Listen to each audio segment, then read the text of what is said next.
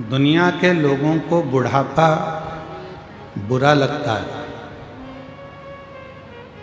दुनिया के लोगों को बुढ़ापा अच्छा नहीं लगता। पर श्रीमद् भागवत में कपिल देव जी महाराज अपनी माता देवहूति से कहते हैं कि बुढ़ापा श्रेष्ठ है। पर वो बुढ़ापा कब श्रेष्ठ है? उस बुढ़ापे की श्रेष्ठता कब रहेगी?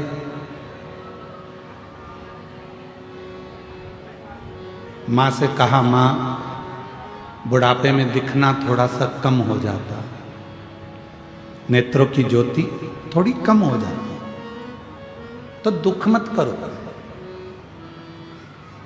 संसार बहुत देख लिया आपने, पूरा संसार भ्रमण कर लिया आपने, पूरे संसार को आपने देख लिया। अब बुढ़ापे में परमात्मा चाहता है कि आप संसार को ना देखकर इन आँखों की रोशनी मैंने जो कम करी है, इनको बंद कर कर अपने भीतर बैठे हुए भगवान देव अधिदेव महादेव को झांकना प्रारंभ करो, देखना प्रारंभ करो।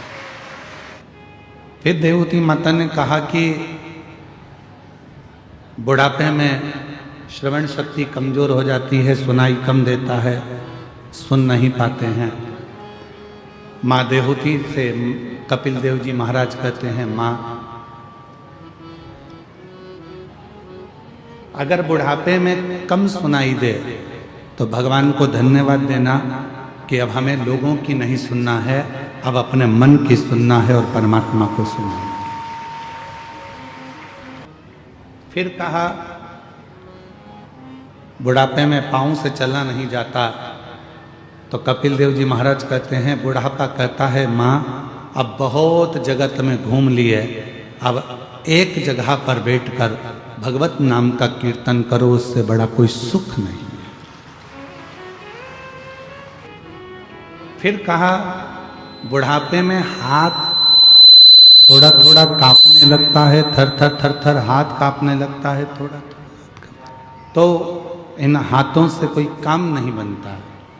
कपिल देव जी महाराज ने माँ देवहूति से कहा, माँ चिंता ना करिए, माँ यदि थोड़ा बहुत हाथ कांपने भी लगे तो परमात्मा चाहता है तू माला करे, मन का एक जपे और वो तेरे हाथ धूजने से मन का 2 खसक जाए तो भी राम उसको स्वीकार कर लेता है, शिव उसको स्वीकार कर लेता है। अब बुढ़ापे जैसा सुख कहाँ? पर बचपन खेल में खोया, जवानी नींद भर सोया, बुढ़ापा देख कर रोया, सिराने मौत हंसती है। बचपन खेल में खोया, जवानी नींद भर सोया, बुढ़ापा देख कर रोया, सिराने मौत हंसती। बुढ़ापे में व्यक्ति मृत्यु को देखकर ऐसा सोचता है कि मेरा पूरा समय निकल गया, मेरा पूरा जीवन निकल गया, अब ना जाने शरीर का क्या होगा, ये शरीर श्रेष्ठ होगा कि नहीं होगा, इस शरीर से भजन होगा कि नहीं होगा, इस शरीर से भगवत स्मरण होगा कि नहीं होगा। पर मेरी जीजियों, मेरे जीजाओं, मेरी बेटियों, मेरे बेटाओं, मेरी माताओं, मेरे बुजुर्ग माँ बाप, एक बात का स्मरण रखिएगा आप अपने अंदर कि बुढ़ापे से सुंदर कुछ नहीं हो सकता, जिसमें हम भगवत नाम को जपें, भगवत स्मरण को करें, भगवत मंत्र जाप करें, भगवत नाम जाप करें और भगवत कीर्तन में डूबें। आप लोगों को मालूम होगा, आप लोग सब बहुत वन क्षेत्र में रहते हैं, पूरा जंगल क्षेत्र है बस्तर, और इस वन क्षेत्र में ज़्यादा मात्रा में आम भी मिल जाता है, और एक फल वन क्षेत्र में ज़्यादा मिलता है जिसको बेर कहते हैं। अब हमारे उधर तो इसको बेर कहते हैं, तुम्हारे इधर बेर कहते हैं, बोर कहते हैं, क्या कहते हैं? जम के बोलो। बेर कहते हैं। आता है इधर? बोलो तो जम के आता। दो देव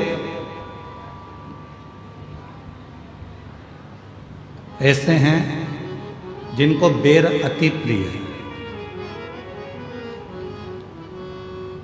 एक मेरे देवाधिदेव महादेव और दूसरे मेरे अयोध्या के श्री रामचंद्र भगवान, जिनको बेर की प्रियता है।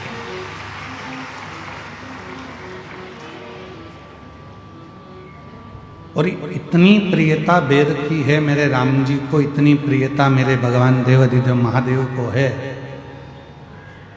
इस बेर के पीछे मां जगत जननी ने एक बार भगवान शंकर से एक प्रश्न किया और आप लोगों को भी उस प्रश्न का उत्तर स्मरण में होना चाहिए।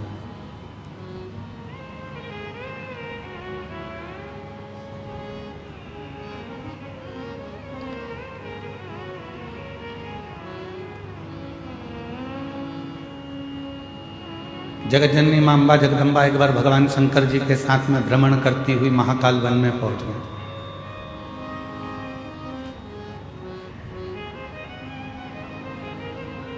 पार्वती मैया शिव जी के साथ में नंदी पर सवार होकर जब महाकाल वन में पहुंची और भ्रमण कर रही थी, भ्रमण करते करते मां पार्वती जी का साड़ी का थोड़ा सा भाग बेर की झाड़ी में उलझ गया।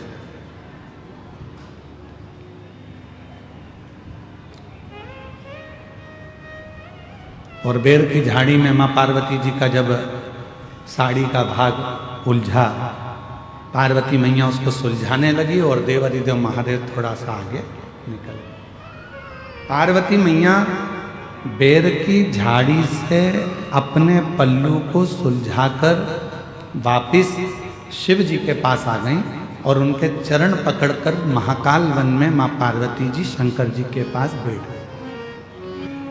ये बेर की झाड़ी इतनी उलझी हुई है, ये बेर की झाड़ी इतनी उलझन उत्पन्न करती है, इतनी उलझी हुई है, इतने कांटे लगे हुए हैं, इतनी उलझन बनी हुई है, और फिर भी आपको बेर इतना प्रिय क्यों है?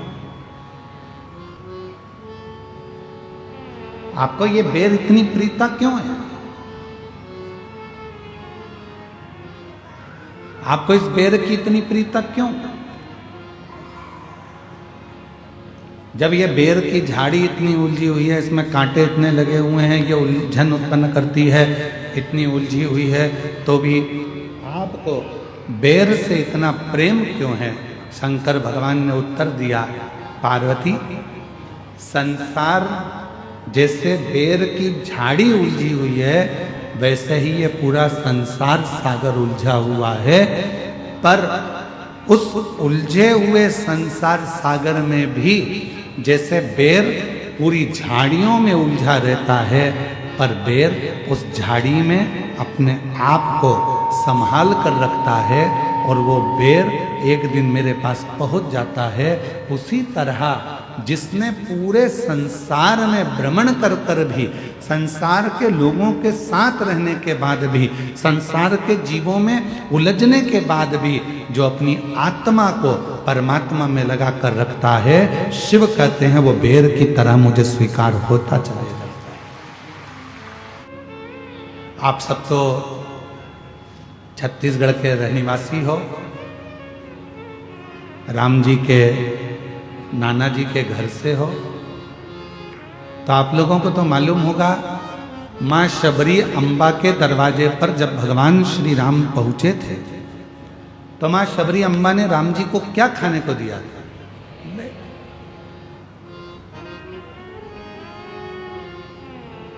और भक्तों के घर भी सांवरे आते रहा करो, दर्शन के नैन बावरे दर्शन दिया करो। कहते हैं प्रेम से प्रभु छिलके भी खा गए, कहते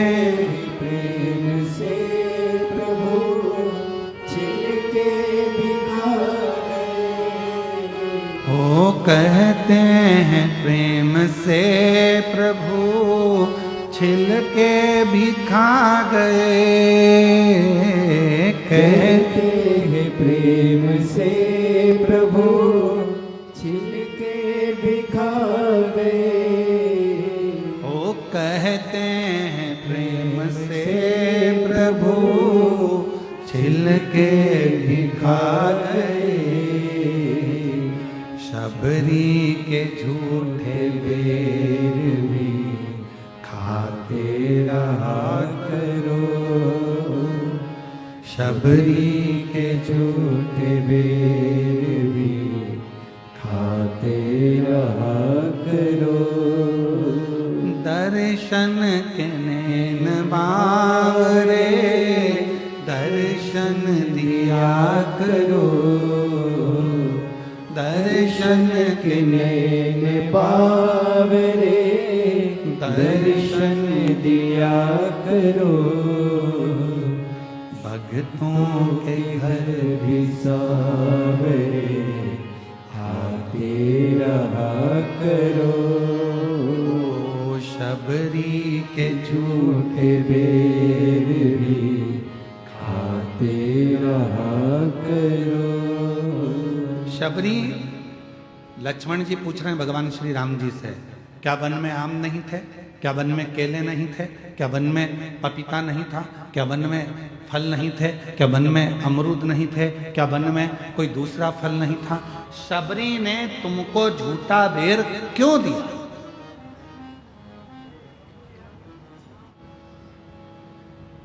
क्या वन में कोई दूसरा फल नहीं था? वन में तो केले भी मिल जाते, अमरूद भी मिल जाते, आम भी मिल जाते, दुनिया के सारे फल मिल जाते, फिर शबरी बेर क्यों दे रही है तुमको? लक्ष्मण जी को थोड़ा सा गुस्सा आया, उन्होंने कहा ये मुझे ठीक नहीं लगा कि सारे फल छोड़कर शबरी तुमको बेर दे रही है। राम जी ने कहा लक्ष्मण तुम कभी नहीं समझ पाओ, ये बेर शिव की बूटी है, औषधि है। शबरी लंका में चढ़ाई से पहले आपको और हमको बेर इसलिए खिलाना चाहती है, अगर ये वो कहते हैं ना कि ये कोरोना का इंजेक्शन पहले ही लग जाता तो आधे से ज़्यादा लोग बीमार ही नहीं पड़ते। ये अगर वो कहते हैं पोलियो की दवाई पहले पी लो तो शरीर में पोलियो नहीं होता है, टिटनेस का इंजेक्शन पहले लगवा लो तो फिर लोहे से जुड़ी कोई प्रॉब्लम खड़ी नहीं होती है, कोई बीमारी नहीं आती है। उसी तरह ये अगर थोड़ी सी बेर रूपी औषधि शिव की हमको प्राप्त हो गई तो समझ लो कि आगे चलकर हम रोग से ग्रसित नहीं होता, रोग से नहीं। तो शबरी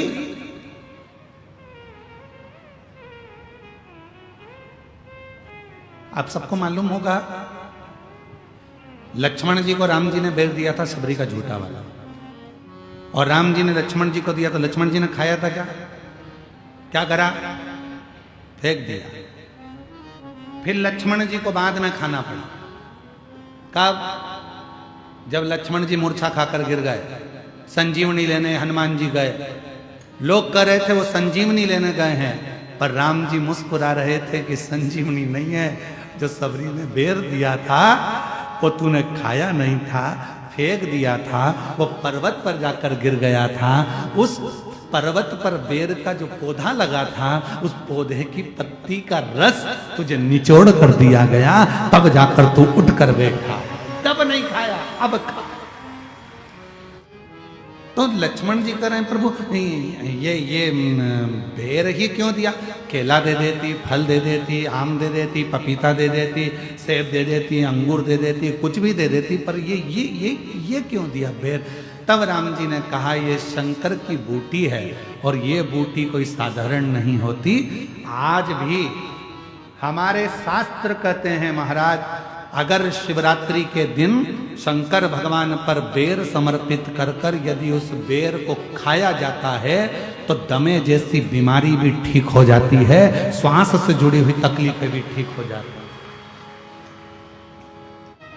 जिस व्यक्ति को चलने में हांपड़ी भराती है, थोड़ी दूर चलकर बहुत तेज हांपने लगता है, उसके दम भराने लगता है, सांस फूलने लगती है और उसको 10 जगह पर बैठना पड़ता है। किसी से बात करते करते उसको दम भरा जाती है, ठंड का समय है उसको दम भरा जाती है, सांस भरा जाती है, बोल नहीं पाता है, उसको बार बार उसके लंग्स इन्फेक्शन होने लगते हैं। उस व्यक्ति को शिवरात्रि के दिन शंकर भगवान पर एक बेर चढ़ाकर उस बेर को अवश्य खाना चाहिए। तो वो फेफड़े की बीमारी हो, लंग्स की बीमारी हो, चाहे कैसा भी हमारा दमा भरा ना हो, वो ठीक हो जाता है। एक बेर जो मेरे भगवान राम जी को शबरी ने दिया वो बेर साधारण नहीं था। जो माँ पार्वती जी ने शंकर जी को समर्पित किया वो बेर साधारण नहीं था। जो माँ सती जब भगवान शंकर के साथ में कुंभज ऋषि के आश्रम में कथा श्रवण करने के लिए गई और बाबा कुंभज बाबा के आंगन में से एक बेर उनकी आज्ञा से तोड़कर शिव को समर्पित करती हैं और शंकर भगवान को श्री राम जी का दर्शन हो जाता है, वो बेर साधारण नहीं था। वो बेर सहजता का विषय नहीं है।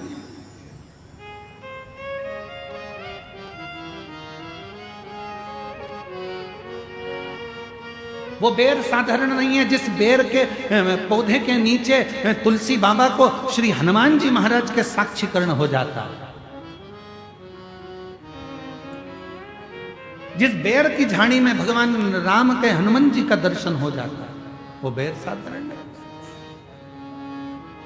और शबरी के झूठे बेर भी खाते रहा करो, दर्शन के बावरी दर्शन दिया करो।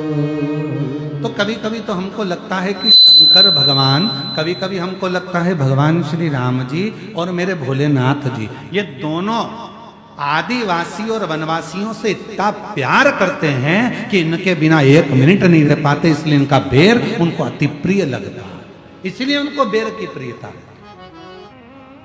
कोई भोलेनाथ जी को बूढ़ा देव कहता है, कोई कुछ कहता है, कोई कुछ कहता है, कोई गरम देव कहता है, कोई ये देव कहता है। शिव का वही स्वरूप। आप किस स्वरूप में पूछ रहे हैं, आप किस स्वरूप में मान रहे हो, ये आपके ऊपर निर्भर करता है। शिव कथा कर लक्ष्मण जी ने पूछा भगवान श्री राम जी से, शबरी अम्बा को बहुत सारे फल मिल जाते पर शबरी अम्बा ने बेर ही क्यों ला कर दिया? भगवान राम जी मुस्कुरा कर बोले, शबरी अम्बा बहुत समझदार है, उसको मालूम है शबरी बोलना नहीं जानती है, स्तुति करना नहीं जानती है, आराधना साधना करना नहीं जानती है, बहुत मंत्र नहीं जानती है, इसलिए उसने बेर लाकर दे दिए। और बेर भी झूठे कर दिए हैं कि मैं नहीं बोल सकती अपने मुख से मेरे दिल की बात, ये बेर बोलेंगे आपसे, क्योंकि बेर बताता है कि जैसे मैं झाड़ियों में रहा, मैं उलझनों में पड़ा रहा, आखिरी में आपने मुझे स्वीकार कर लिया। शबरी कह नहीं सकती ये बात, पर वो बेर देकर शबरी कहना चाहती है कि मैं संसार की उलझनों में पड़ी रही, अब आप मुझे अपने चरणों में स्वीकार कर लीजिए, अब आप मुझे अपने चरणों में ले। महाराज, संभालना आपको और हमको है। मेरे राम जी कह रहे हैं कि शबरी कह नहीं सकती। होता है आदिवासी वनवासी क्षेत्र में, मेरी जीजियाँ, मेरे जीजा, मेरी बेटियां, बेटे, मेरी माताएं बोल नहीं पाती, अपनी पूरी बात नहीं कर पाती, तो वो बेर देकर, शबरी अम्बा एक बेर देकर राम जी को उस बेर को झूठा कर कह रही है कि मैं नहीं बोल सकती। बेर झूठा करना मतलब मैं नहीं बोल रही हूं, अब मेरी जगह पर ये बेर बोलेगा, तो झूठा करा और दिया कि मैं नहीं बोल सकती, ये बोलेगा। और राम जी ने उस बेर को लिया, देखा। लोग कह रहे थे कि बेर को मेरे राम देख रहे थे, नहीं, बेर की बात राम सुन रहे थे। ये वो शबरी है जो अपने पिता के घर से आपके लिए दौड़ कर आई है, वन में जीवन निकाल रही है।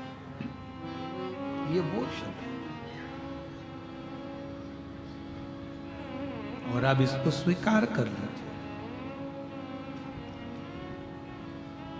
बहुत दिन हो गए भोले से बिछड़े, बहुत हो गए भोले से बिछड़े, भोले से बिछड़े महादेव से बिछड़े, भोले से बिछड़े महादेव से बिछड़े, भोले से बिछड़े महादेव से बिछड़े, भोले से बिछड़े महादेव से बिछड़े, बहुत दिन हो गए भोले से बिछड़े, बहुत दिन हो गए भोले से बिछड़े।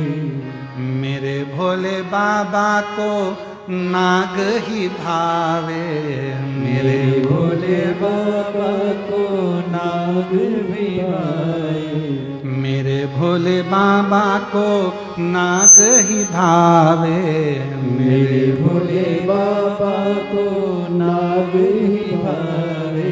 बहुत दिन हो गए नाग को देखे, बहुत दिन हो गए नाग को देखे, बहुत दिन हो गए नाग को देखे। भोले से बिछड़े महादेव से बिछड़े, भोले से बिछड़े महादेव से बिछड़े, बहुत दिन हो गए बाबा से बिछड़े, बहुत दिन हो गए बाबा से बिछड़े, बहुत दिन हो गए बाबा से बिछड़े।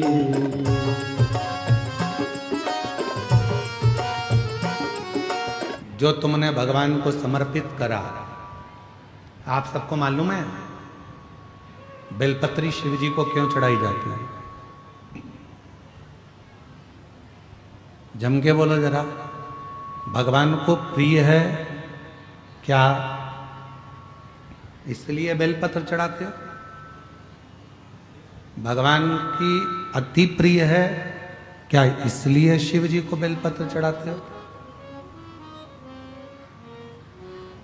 ये बात आज तक किसी कथा में नहीं निकली, पर आज बस्तर की इस मां दंतेश्वरी की कृपा से, मां दंतेश्वरी की आज्ञा से अगर ये कथा निकली है तो उसको स्मरण करें। शिव को बेलपत्र क्यों चढ़ाई जाती है? किस लिए? शिव को प्रिय है इसलिए,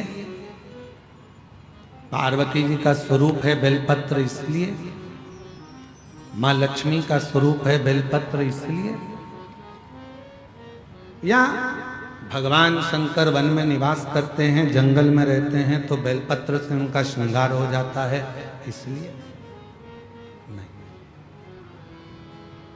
शिव को बेलपत्र क्यों चढ़ाई जाती है?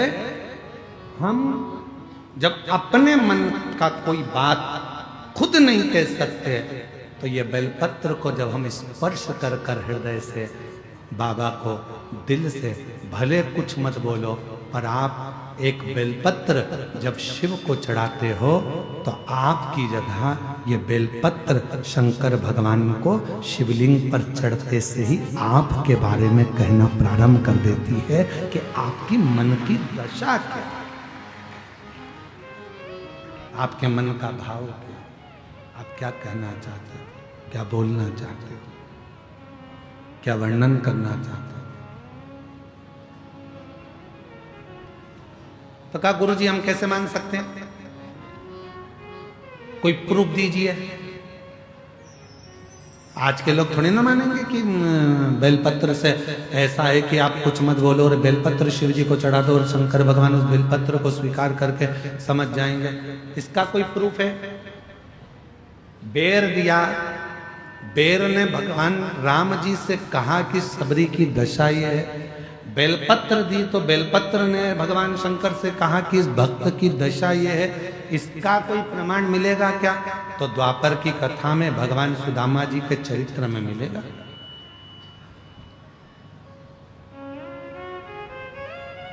कितने लोग हैं जिन्होंने श्रीमद् भागवत सुनी है? जरा हाथ उठाओ तो जरा। जिन्होंने भागवत सुनी, भले टीवी पर सुनी चाहे कहीं पर भी सुनी, सुनी तो है ना? रखो। सुदामा जी ने भगवान कृष्ण से कहा था क्या कि मेरे घर में कुछ भी नहीं है प्रभु, खाने के भी लाले पड़े हैं, मेरे बच्चे भूखे हैं प्रभु, मेरे घर की दशा ठीक नहीं है प्रभु। कहा था सुदामा जी ने? जम के बोलो जरा। नहीं था। फिर भगवान को कैसे मालूम पड़ा कि इसकी दशा ऐसी है? कब? जब सुदामा जी की पत्नी सुशीला पड़ोसी के घर से चावल मांग कर लाई, तंदूल लेकर आई। वो तंदूल को अपने साड़ी के पल्लू में फाड़ कर उसमें रख कर जब पति को बांध कर दे दिया गया और वो लेकर गया पति, और पति ने जब तंदूल को निकाला, उस तंदूल के दाने को देख रहे थे, और तंदूल फांकने के बाद जो साड़ी का पल्लू था उस पल्लू को देखा तो भगवान ने दशा जान ली कि सुदामा के घर की दशा क्या है। उस तरह से समझ में आता है। एक बेलपत्र जब हम शिव को देते हैं, बाबा हमारे घर की दशा जान जाता है, हमारे मन का भाव पहचान जाता है, और बाबा हमारी झोली भर देना चालू कर देता है। बहुत दिन हम अपने भीतर की बात कैसे परमात्मा से करें? हम कैसे भगवान को अपने मन का भाव कर दें? हमें ना स्तुति आती है, ना मंत्र आता है, ना साधना आती है, ना तंत्र आता है। और एक और प्रसंग सुन लीजिए। आज मां दंतेश्वरी की कृपा से एक प्रसंग और सुनिए, कितना सुंदर प्रसंग है। जब भोले बाबा ने प्रथम बार मेरे भोलेनाथ ने डमरू बनाया और डमरू का नाद किया, तो उसमें से स्वर निकलना प्रारंभ हुए। पहली बार सृष्टि का संतुलन मेरे भोलेनाथ ने करना प्रारंभ कर दिया। पहली बार पार्वती जी ने पूछ लिया, बाबा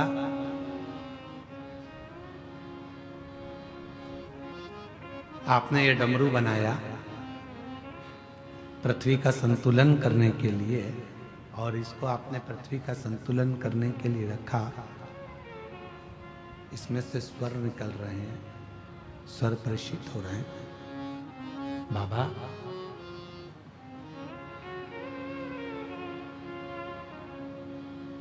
आप कैसे दुनिया के शब्द को श्रवण कर लोगे? कैसे दुनिया के शब्द को स्वीकार कर लोगे?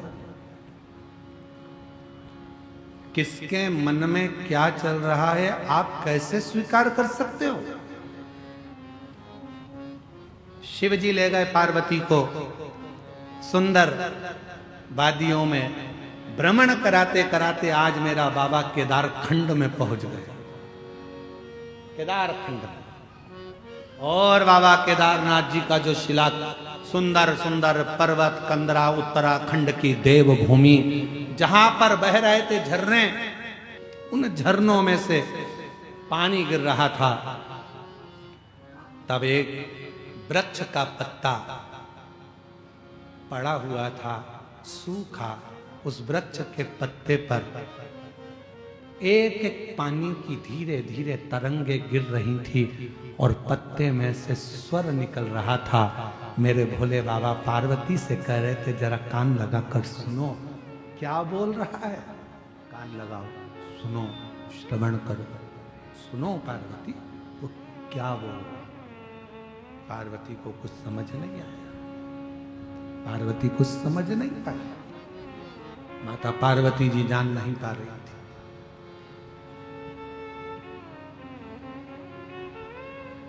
एक एक स्वर पानी की बूंद बता रही थी।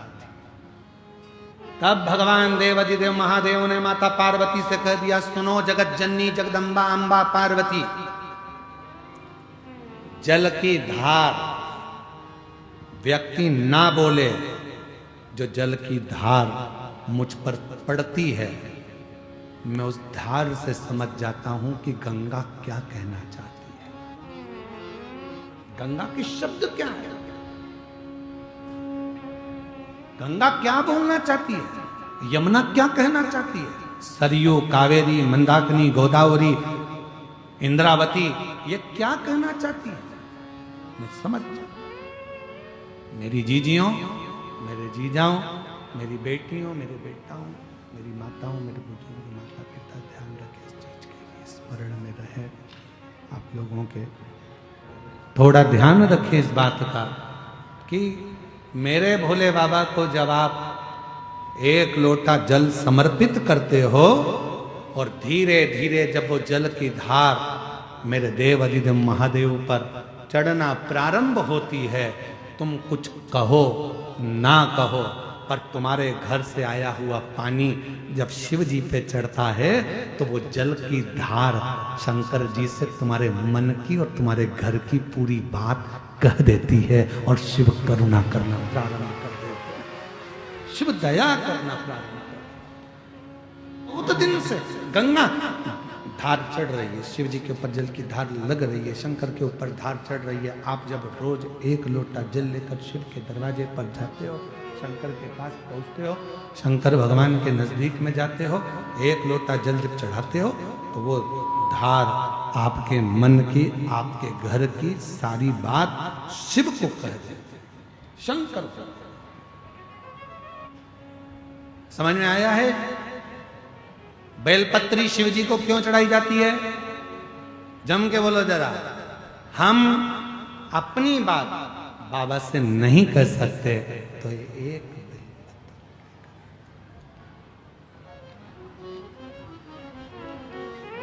एक बेलपत्र को लेकर हम भगवान देव अधिदेव महादेव से जब उनको समर्पित करते हैं तो अपने दिल की बात, हृदय की बात शिव को कह देते हैं, मन की बात भगवान को अपने हृदय की बात कह देते हैं। एक बेलपत्र बहुत, एक लोटा जल, बोलो बोलो जम के, सारी समस्या का हल। कौन कौन जाता है मंदिर शंकर को चढ़ाने? हाथ उठाओ जरा जल्दी से सब, बहुत जोरदार। घर जाके नजर उतरवा लेना, नजर ना लगे आप लोगों को, बहुत जरूरी है, जाया करो। और अकेले मत जाओ, अपनी अड़ोसन पड़ोसन पीछे वाली धड़ोसन सब तो लेकर जाओ। चल तू भी चल, पानी चढ़ा, शिव जी को एक लोटा जल चढ़ा। कितनी भी तकलीफ होगी बाबा निपटा देगा, कितना भी दुख होगा बाबा समाप्त कर देगा। क्यों चिंता करती है? इधर उधर मत जाना, किसी दूसरे के कहने में मत फंस जाना, दूसरे धर्म में मत पहुंच जाना। अपने सनातन धर्म में 33 कोटि देवताएं, 33 कोटि देवता, 33 कोटि। तेरा मन करे भैरम देव को मान, तेरा मन करे बूढ़ा महादेव को मान, तेरा मन करे शिव को मान, तेरा मन करे देवी को मान, तेरा मन करे तो दत्त को मान, तेरा मन करे तो राम जी को मान, तेरा मन करे तो कृष्ण जी को, तेरा जैसा मन करे, तेरा जैसा मन कर जाए वैसा तू मान, वैसा भजन कर। और मेरे भोले बाबा को गौरा ही भावे, मेरे भोले बाबा को गौरा ही भावे। बहुत दिन हो गए गौरा को देखे, बहुत दिन हो गए गौरा को देखे। ये बहुत दिन हो गए। हाँ, हम माता के स्मरण नहीं करें, हम शिव का स्मरण नहीं करें।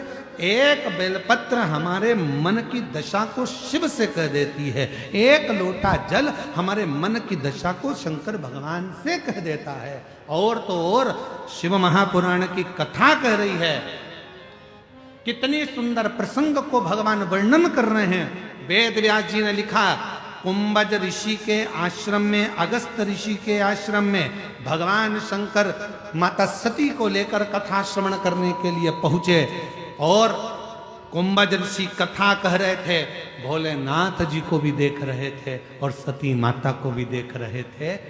उस समय पर सती मैया कुंभज ऋषि से कुछ नहीं कही तो भी कुंभज ऋषि तो भी कुंभज बाबा सती के हृदय के भाव को समझ गए थे। सती के हृदय के भाव, माता सती के मन के भाव को समझ गए।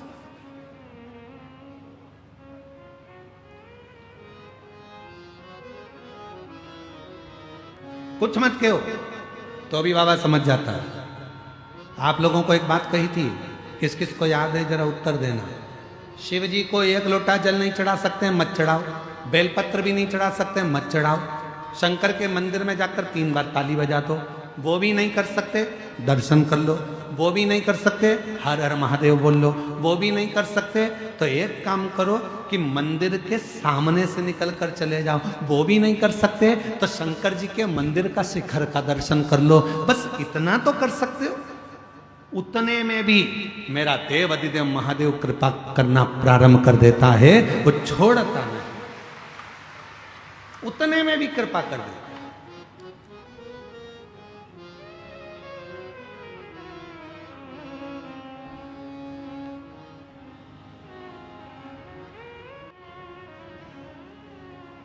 बस उसका स्मरण कर लिया और वो कृपा करना प्रारंभ कर दिया। कृपा कितनी सुंदर कथा है, थोड़ा ध्यान लगाकर सुनिएगा।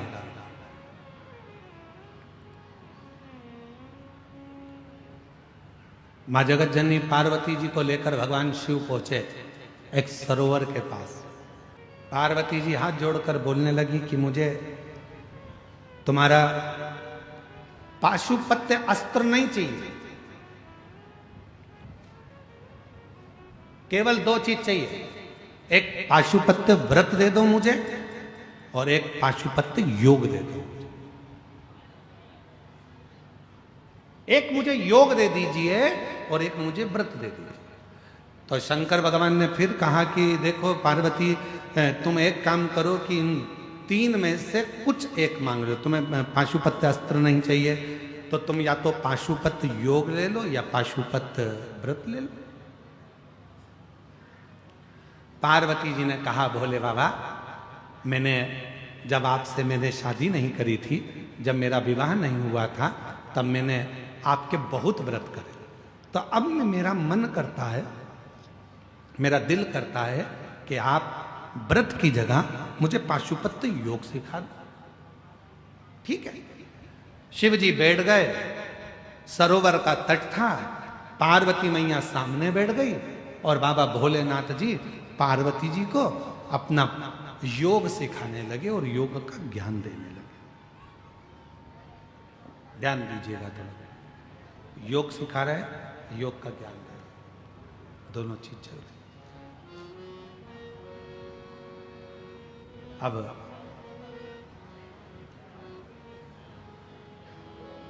थोड़ी देर तक तो पार्वती जी का मन लगा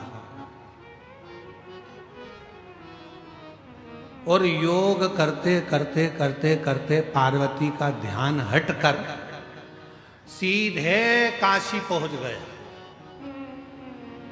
पार्वती चलो तुम्हें योग, पार्वती का हृदय विचलित हो गया, मन चले गया। ये मन जो है ना, ये बड़ा विचलित है, बहुत जल्दी भटक जाता है, बहुत जल्दी। कथा दिल लगाकर सुन रहे हो, इतने में से कोई निकल कर गया, अभी तक मन था कथा में, जैसे कोई निकल कर गया।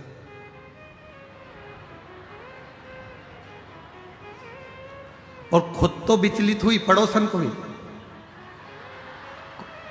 उसको भी कोई मार के करेगा, क्या हुआ, कौन गया। इतने में तो पड़ोसन बहुत समझदार थी, उसने वो ठूस समझ, बेटी कथा सुन, चल बहुत दिन हो भोले से मन लगा। ये मन बड़ा चंचल है, कैसे तुझे समझाऊं, जितना इसे समझाऊं उतना ही मचलता है।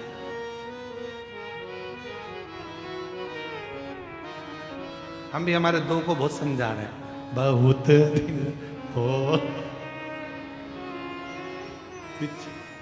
बहुत भोले से समझना कठिन। छत्तीसगढ़िया सबले बढ़िया, जय जोहार। अब मन पार्वती जी का लग नहीं रहा, ये मन बड़ा विचलित है, लगता बड़ा मुश्किल से, बहुत मुश्किल से मन लगता। इसको लगाने का प्रयास करो तो भी नहीं लगता। महाराज, हे पार्वती, शिवजी योग सिखा रहे, मेरे बाबा महायोगी हैं, दुनिया में शिव जैसा कोई योगी नहीं हुआ, शिव योग सिखा। और मां पार्वती योग सीख रही, पर ध्यान भटक गया, ध्यान। और जो ध्यान भटका, पार्वती जी का स्मरण काशी में पहुंच गया। काशी, शिव जी लगे योग सिखाने में, ज्ञान देने में, पार्वती का ध्यान गया काशी में। तभी एक मछली जिसके गर्भ में बच्चा था, मछली के गर्भ, और मछली के गर्भ में जो बच्चा था, मछली ने स्थिर होकर शंकर के उस योग को पूरा सीख लिया। गर्भ में जो बच्चा था वो योग सीख रहा था,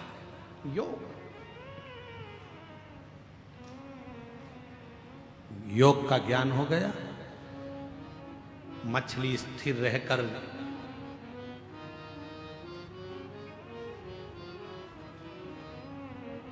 योग सीख रहा है बच्चा।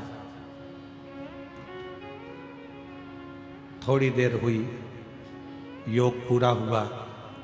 शिवजी ने पार्वती जी से कहा, हर हर। पार्वती जी का ध्यान टूटा, काशी से मन हटकर वापस शिव जी के पास आया।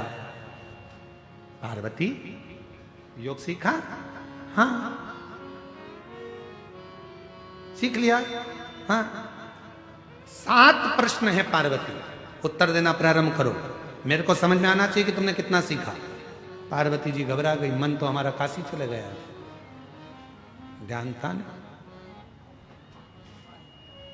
मन नहीं था हमारा, काशी चले गया। शिव जी ने पहला प्रश्न किया, पार्वती जी उत्तर नहीं दे पाई, तो मछली के पेट में जो बच्चा था उसने उस प्रश्न का उत्तर दिया। दूसरा प्रश्न किया शिव जी ने, मछली के अंदर जो पेट में बच्चा था उसने उत्तर दिया। तीसरा प्रश्न किया, मछली के पेट में से आवाज आई, तीसरे प्रश्न का उत्तर दिया। जब 7 प्रश्नों में 7वें नंबर का प्रश्न था, शंकर भगवान ने कहा, पार्वती बोलो।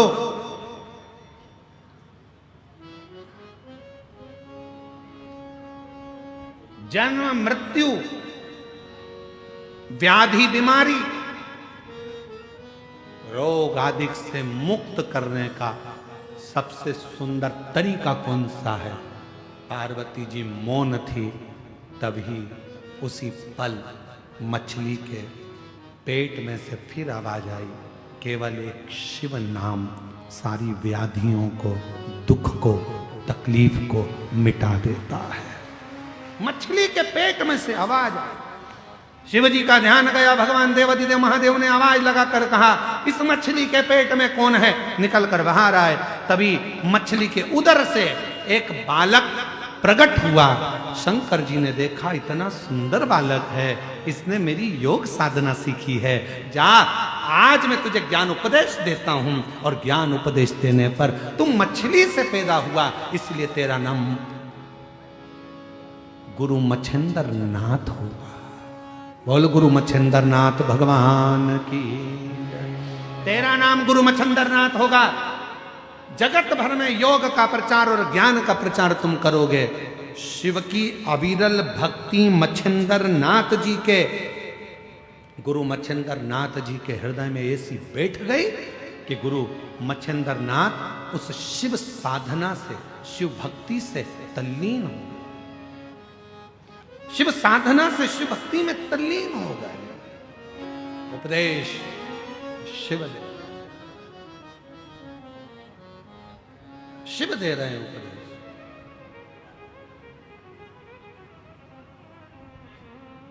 ये माता जी बहुत दूर से ऐसे ही दंडवत करते करते आ रही हैं। हम जब आ रहे थे रास्ते में तब भी ऐसी ही दंडवत करती आ रही थी। इधर से ही लिया उनको, इधर से आ जाओ, इधर से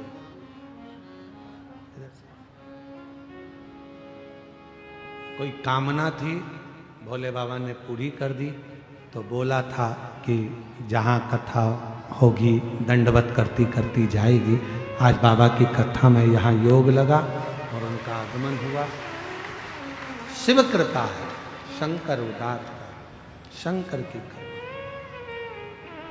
बाबा की अलमस्ती, भगवान की भक्ति, अविरल भक्ति, शिव का स्मरण सुख दे। तुम्हारा नाम मच्छेंद्र नाथ, शिव योग, शंकर की आराधना साधना करते और मच्छेंद्र नाथ जी शिव की भक्ति में डूबे। प्रसंग देखिएगा जरा, शिव महापुराण की कथा कर रहे हैं। जो शिव जी के मंदिर में एक लोटा जल चढ़ाने लगता है, जो शंकर जी के मंदिर में झाड़ू पोछा करने लगता है, जो शंकर भगवान का श्री शिवाय नमस्तुभ्यम मंत्र का जप करने लगता है, अपने घर के दरवाजे पर लिख दो श्री शिवाय नमस्तुभ्यम, गाड़ी पर लिख दो श्री शिवाय नमस्तुभ्यम, फैक्ट्री पर लिख दो श्री शिवाय नमस्तुभ्यम। ये सब कुछ भोलेनाथ सब तेरा है। मेरा घर तेरा, गाड़ी तेरी, बंगला तेरा, सब तेरा, मेरा कुछ नहीं। मेरी गाड़ी, मेरा बंगला, मेरा पैसा सब तेरा, सब कुछ तेरो सरकार, मेरा तो कुछ भी नहीं, सब कुछ तेरो भोलेनाथ, मेरा तो कुछ भी नहीं। मेरी बीवी, मेरे बच्चे, मेरे घर परिवार, मैं खुद भी हूँ तेरा सरकार, मेरा तो कुछ भी नहीं, मैं खुद भी हूँ तेरा सरकार, मेरा तो कुछ भी नहीं। शंकर भगवान को जो श्रृंगार करने लगता है, शंकर भगवान को मंदिर जो जाने लगता है, श्री शिवाय नमस्तुभ्यम जो बोलने लगता है, समझ लो शंकर भगवान का वो अपना हो जाता है और उसके मुख से निकली हुई वाणी शिव पूर्ण करना प्रारंभ कर देते हैं। शिव पूर्ण करना प्रारंभ। भोले से बिछड़े शिव कथा कर रही है, भगवान शंकर का पवित्र चरित्र कर रहा है, शिव महापुराण की कथा कर। मच्छेंद्रनाथ, तुमने योग सीखा, साधना करी, ज्ञान लिया, मेरी आराधना और मेरी साधना करी और मेरे ही विश्वास पर तुम पूर्ण सिद्ध हुए। आज मैं वचन देता हूं मच्छेंद्रनाथ, तुम जब मुझे याद करोगे तुम्हारी वाणी से और तुम्हारे क्रम से, वहीं पर तुम्हें वर प्रदान करूंगा। मेरा ही अंश ज्ञान के रूप में तुम में गया है, इसलिए मच्छेंद्रनाथ तुम कोई अलग नहीं, शिव का ही एक स्वरूप हो गए और लोग तुम्हें गुरु मच्छेंद्रनाथ के नाम से पूछेंगे। गुरु मच्छेंद्र, बोल गुरु मच्छेंद्रनाथ भगवान की। शिव का अंश गुरु मच्छेंद्रनाथ चले, चलते चलते चलते चलते एक बहुत समय के बाद एक वन क्षेत्र में पहुंच गए। एक गांव के अंदर प्रवेश किया गुरु मच्छेंद्रनाथ जी ने, तो एक महिला, एक स्त्री दौड़ती आ गई। बाबा बाबा, खूब रोई। तुम पूछा, गुरु मच्छेंद्रनाथ ने पूछा कि तुम क्यों रो रही हो, क्यों रो रही हो? तुम्हारे रोने का कारण क्या है? स्त्री ने कहा मेरे घर में संतान नहीं है, नारी बोरी मेरे घर औलाद नहीं। गुरु मच्छेंद्र नाथ ने कहा कि अभी तो मैं कुछ देर पहले ही बाबा भोलेनाथ को भस्म चढ़ा के आया, भभूति मेरे पास रखी है, भस्म ले, ये भभूति लेकर जा, ये भस्म लेकर जा, पति और पत्नी दोनों ग्रहण कर लेना, गर्भ ठहर जाएगा, संतान हो जाएगी। अब पत्नी भभूति लेकर गई तो पति को दिया, तो पति ने कहा ऐसे ना जाने कितने बाबा आते हैं और कितनी कितनी ज्ञान की बातें कहते हैं, क्या ऐसा हो सकता है? कई लोगों के मन में ये बहुत सारा भाव होता है, कथा पंडाल में बैठ के सुनेंगे तो क्या मुराद पूरी हो सकती है, शिव जी को एक लोटा जल चढ़ाएंगे तो क्या हमारी समस्या का हल हो सकता है, एक बेलपत्र शंकर को चढ़ाएंगे तो हमारा दुख मिट सकता है, क्या हम भगवान शंकर के मंदिर में झाड़ू पोछा करेंगे तो क्या हमारी तकलीफ मिट सकती है, क्या हम शिव पुराण कथा सुनने के वहां की मिट्टी को अगर शरीर पर लगाएंगे तो क्या हमारा दुख मिट सकता है, तकलीफ मिट सकती है? भाई अगर विश्वास है तो भोलेनाथ भी है, और विश्वास नहीं, मानो तो मैं गंगा मां हूं और ना मानो तो बहता पानी, आपके ऊपर निर्भर करता। मानो तो मैं मां दंतेश्वरी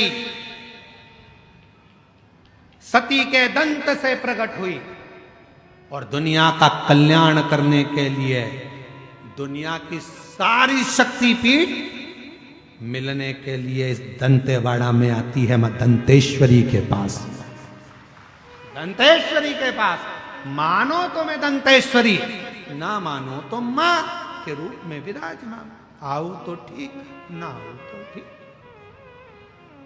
पे दया करो मेरी माई, मानो तो मां दंतेश्वरी है, मानो तो दुनिया का भंडार भरने वाली है, मानो तो दुखों को समाप्त करने वाली है, मानो तो कष्टों को निगल जाने वाली है, और ना मानो तो बेटी शिव कथा कर रहे, भगवान देवादिदेव महादेव का चरित्र कर, शिव महापुराण की कथा कर, भभूत दे दी, ले ये पति को दिया। स्वामी एक संत मिले थे, उन्होंने ये भस्म दिए है, भभूति दी है, कह रहे थे पति पत्नी दोनों खा लेना, बच्चा हो जाए। कई लोग कहते हैं क्या गुरु जी भगवान को मानना जरूरी है? क्यों नहीं?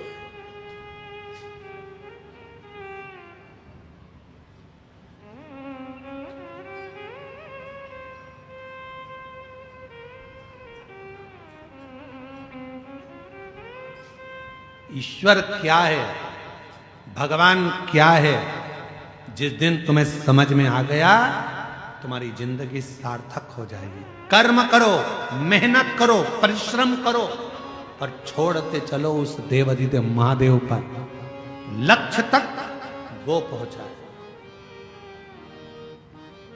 आज का पढ़ा लिखा जमाना है, जरा सा थोड़ा सा लोग पढ़ लेते हैं तो कहते हैं हम ईश्वर को नहीं मानेंगे, हम भगवान को नहीं मानेंगे।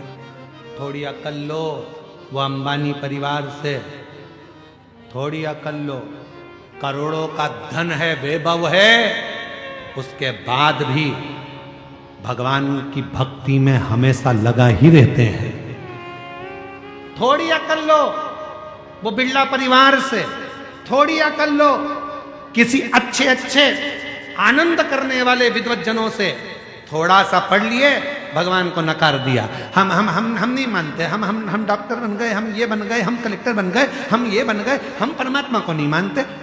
मत मानो, जब बीमार पड़ोगे, एक दिन कुर्सी से नीचे उतरोगे, कोई नहीं पूछेगा, तब कमरे में पड़े रहोगे, कोई नहीं पूछने वाला, तब याद आएगा भगवान कौन सा कर्म दंड किया था, भुगता रहा है, जल्दी से ले जा। तब याद आएगा कि ईश्वर क्या होता है। हम नहीं मानते परमात्मा को, हम नहीं मानते भोलेनाथ को, हम नहीं मानते भगवान को। बस थोड़ी सी अध्ययन कर लिया तो सोचा भगवान है ही नहीं, हम कर रहे हैं वो सब करेंगे, हम ये करेंगे, हम वो करेंगे। एक बार किसी ने हमको न्यूज चैनल वालों ने बुलाया, बोलते आप साइंस को नहीं मानते? हमने कहा पूरा मानते, पूरा मानते।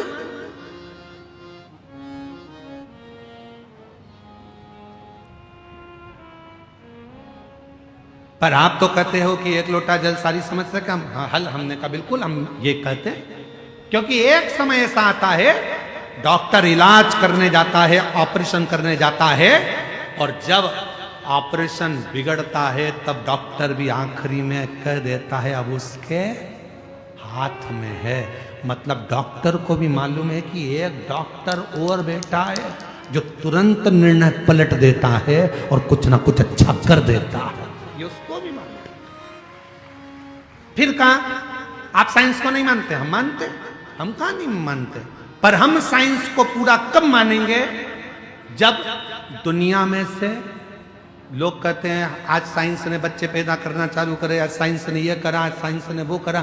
तो हम जब मानेंगे जब दुनिया में से कोई मरना बंद कर देगा, तब जाने कि साइंस ने कोई बहुत बड़ा काम किया। अब पृथ्वी पे से कोई मर ही नहीं रिया, सब यही है, सब यही। हम मानेंगे, हम नहीं, हमेशा नहीं कहते कि नहीं मान, हम आज भी मानते हैं बहुत कुछ करा। आज साइंस ने बहुत उत्थान करा, बहुत कुछ हमारे मेडिकलों में, हमारी चिकित्सा में बहुत साथ दिया, सब कुछ मानेंगे। पर तुम अगर ईश्वर को नकार दोगे तो हम ये नहीं मानेंगे।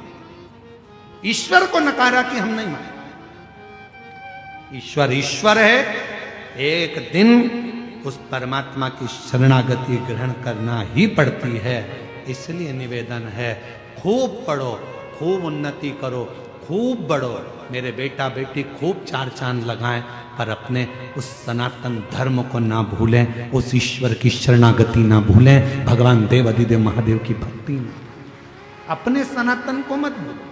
दूसरे कहेंगे हमारे साथ चलो, कोई ईश्वर नहीं है, कोई भगवान नहीं है, देवताओं को मत पूछो क्यों पानी चढ़ा रहे हो, क्यों भगवान को मना रहे हो। दुनिया के लोग कहेंगे क्यों?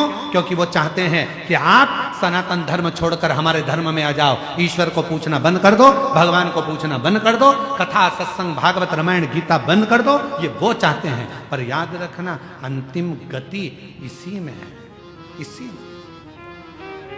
झूठी पत्तल खाने दूसरे धर्म में मत जाना, भले अपने धर्म की सूखी रोटी खा लेना, पर दूसरे धर्म में प्रवेश मत करो।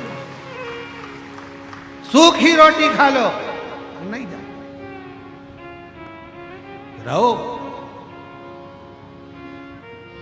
दिया भभूति मच्छेंद्रनाथ जी ने थोड़ी सी भस्म दे दी, ले पति और पत्नी दोनों खा लेना। पति गुस्से में आ गया, भस्म खाने से भभूति खाने से क्या बच्चा हो जाएगा, संतान हो जाएगी। भभूति ली पत्नी के हाथ से और खुद ने भी नहीं खाई, पत्नी को भी नहीं खाने दी। और गाय के गोबर में, गाय के ग्वाड़े में, जहां गाय बनती थी उस गौशाला में, उस भभूति को, उस भस्म को फेंक डाल, चले गए। समय बीत गया,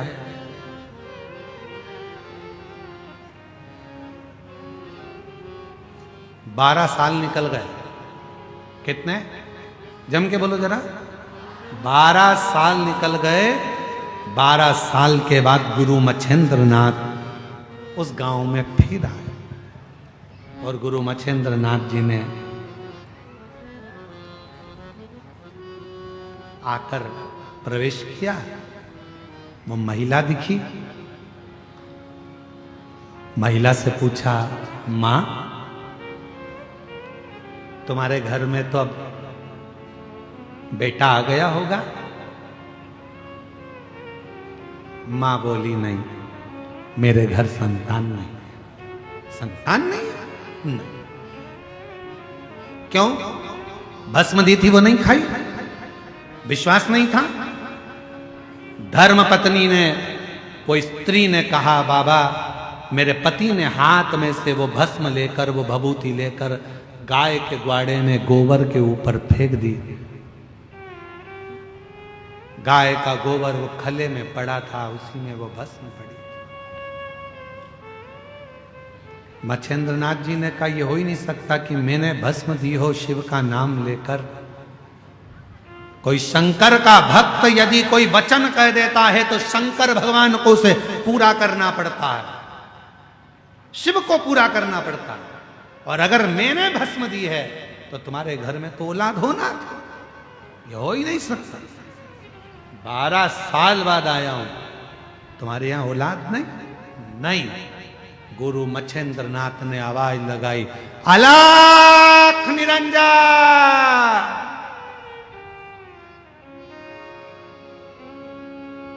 गुरु मच्छेंद्र नाथ फिर बोले, अलख निरंजन। फिर आवाज लगाई, अलख निरंजन। इतनी देर में गाय के गोबर में से एक बच्चा निकल कर आया, आदेश आदेश आदेश। दौड़कर आया, 12 साल का लड़का था, खड़ा हो गया, मच्छेंद्र नाथ जी के चरणों में प्रणाम किया। पूछ रहा है, मैं कौन? शिव योगी गुरु मच्छेंद्र नाथ कहते हैं, तू मेरे शंकर की भस्म से, गाय के गोबर से प्रकट हुआ, आज से तेरा नाम गुरु गोरक्षनाथ होगा। गुरु गोरखनाथ, आज से तेरा नाम गुरु गोरखनाथ, गुरु गोरक्षनाथ होगा। शिव भक्ति कर, शिव की आराधना कर। जब शंकर तेरे हृदय में प्रवेश कर जाएगा, जो शिव की उपासना से जन्म लेता है, जितनी जितनी माताएं जिनको 8 साल 7 साल 12 साल 14 साल 24 साल 25 साल 30 साल 50 साल के बाद बच्चे हुए हैं, शिव की कृपा से हुए हैं, मेरी जीजियों घबराना नहीं।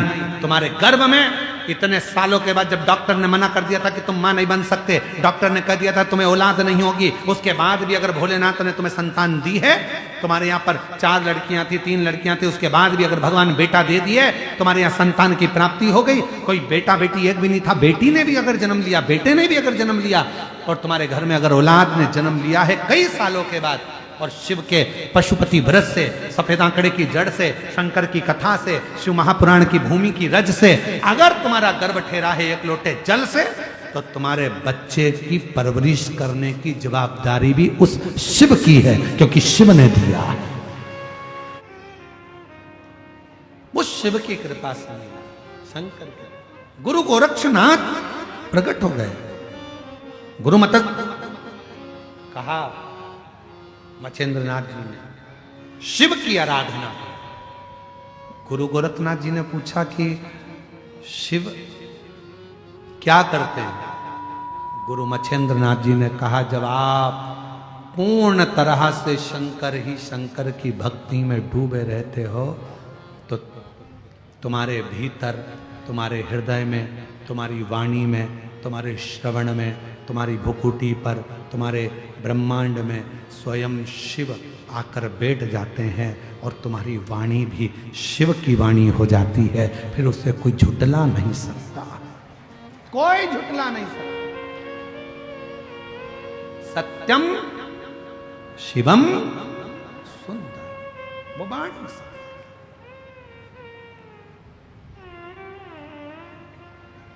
उसको प्राप्त किया जा सकता है।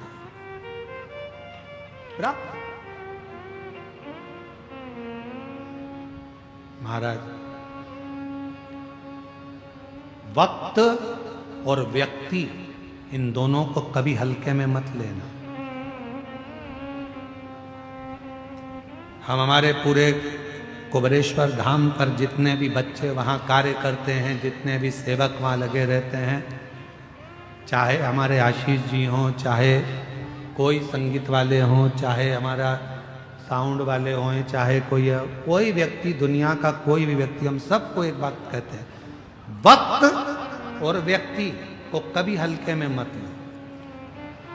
कब कौन सा व्यक्ति का वक्त बदलेगा और कब तुम्हारा वक्त बदलेगा, और कौन से व्यक्ति से किस वक्त तुम्हें जरूरत पड़ जाए उस व्यक्ति की कोई भरोसा नहीं। कोई वक्त और व्यक्ति, इनको कभी हल्के में नहीं। समय सबका पलट गया, सबका। जहां इतना उपद्रव मचता था, गिदम जैसे क्षेत्र में लोग आने के लिए डरते थे, कोई इस क्षेत्र में आना पसंद नहीं करता था। नक्सल के कारण आज नक्सल पर कमांड हुआ। आज पूरा गिदम और दंतेवाड़ा क्षेत्र खुलकर जी रहा है। वक्त बदला, वक्त बदला है। इसलिए याद रखो, वक्त और व्यक्ति को कभी हल्के में लेकर मत चलो, समझ कर चलना। जो वक्त आज है भगवान की कृपा से अच्छा है, इसी को हम खुश होकर जिए, कल का इंतजार ना करें। और दुनिया कल के इंतजार में बैठी, कल क्या महाराज, उसको पुकारो, वो आए। श्री शिवाय नमस्तुभ्यं, श्री बोलो बोलो सब बोलो, नमस्तुभ्यं श्री शिवाय नमस्तुभ्यं, श्री शिवाय नमस्तुभ्यं। पीछे वाले भी आवाज आना चाहिए आप लोगों की यहाँ तक। श्री शिवाय नमस्तुभ्यं, श्री शिवाय नमस्तुभ्यं। ये वो मंत्र है जिस मंत्र के बल पर अगर व्यक्ति दिन भर में इस मंत्र का 21 बार, 11 बार, 51 बार और 1 बार भी अगर जप लेता है तो शिव की दृष्टि उस जीव पर पड़ जाती है। उस जीव पर 1000 में यज्ञ का फल इस मंत्र के जप से प्राप्त हो जाता है। जिसके दरवाजे पर यह मंत्र लिखा रहता है, चिपका रहता है, लगा रहता है, उस घर में दुख भी सोच समझ कर प्रवेश करता है, क्योंकि यह घर शंकर का है, इसके अंदर प्रवेश नहीं कर सकता। श्री शिवाय नमस्तुभ्यं, श्री शिवाय नमस्तुभ्यं, श्री शिवाय नमस्तुभ्यं। इस मंत्र की मूलता है। इसलिए कुबेरेश्वर धाम आने वाले जब कंकर शंकर को बीनते हैं, पूजन करते हैं, कंकर शंकर की भूमि पर सोते हैं, कंकर शंकर की भूमि पर रहते हैं, कंकर शंकर की भूमि के बाहर तक नहीं जाते। कई मेरी जीजियां, कई मेरे जीजा, कई मेरी बेटियां, कई मेरे बेटा, कई बुजुर्ग माता पिता ऐसे हैं जो किसी होटल में ठहरना पसंद नहीं करते। कुबेरेश्वर धाम में भले कमरा मिले ना मिले, कमरा मिलेगा तो ले लेंगे, नहीं मिलेगा तो हॉल में सो जाएंगे, हॉल में जगह नहीं मिलेगी तो हम रोड पर सो जाएंगे, पर रहेंगे कुबेरेश्वर धाम की भूमि पर ही। उस भूमि से बाहर नहीं जाएंगे। हमें रहना कितना, 1 दिन 2 दिन उसकी धरा पर रहेंगे, उसके दरवाजे पर आए, उसकी चौखट पर आए। किसी होटल में जाकर रहने पसंद नहीं करते वो, चाहे कुबेरेश्वर धाम के बाहर कितनी भी होटल हो, उसमें रहना ही पसंद नहीं करते। और आपसे भी निवेदन है, बाबा कुबेर भंडारी का आंगन एक बेटी का मायका है। किसी होटल में मत जाओ, आप सीधे कुबेरेश्वर धाम की पवित्र धरा में, कुबेरेश्वर धाम की भूमि पर, उस कुबेरेश्वर धाम की धरा पर आओ। कमरा मिल जाए कुबेरेश्वर धाम में तो रहो, नहीं मिले गद्दा लो, कम्बल लो, सब फ्री मिलता है। कुबेरेश्वर धाम की पार्किंग भी फ्री है, कुबेरेश्वर धाम का भोजन भी फ्री है, कुबेरेश्वर धाम की धरा पर रहना, गद्दा कम्बल सब फ्री है। क्यों टेंशन लेना, आराम से अपनी जिंदगी मस्त। अलमस्त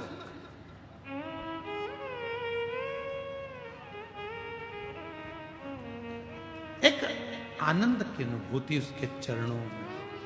अलख निरंजन, बोलो बोलो जम के, अलख निरंजन।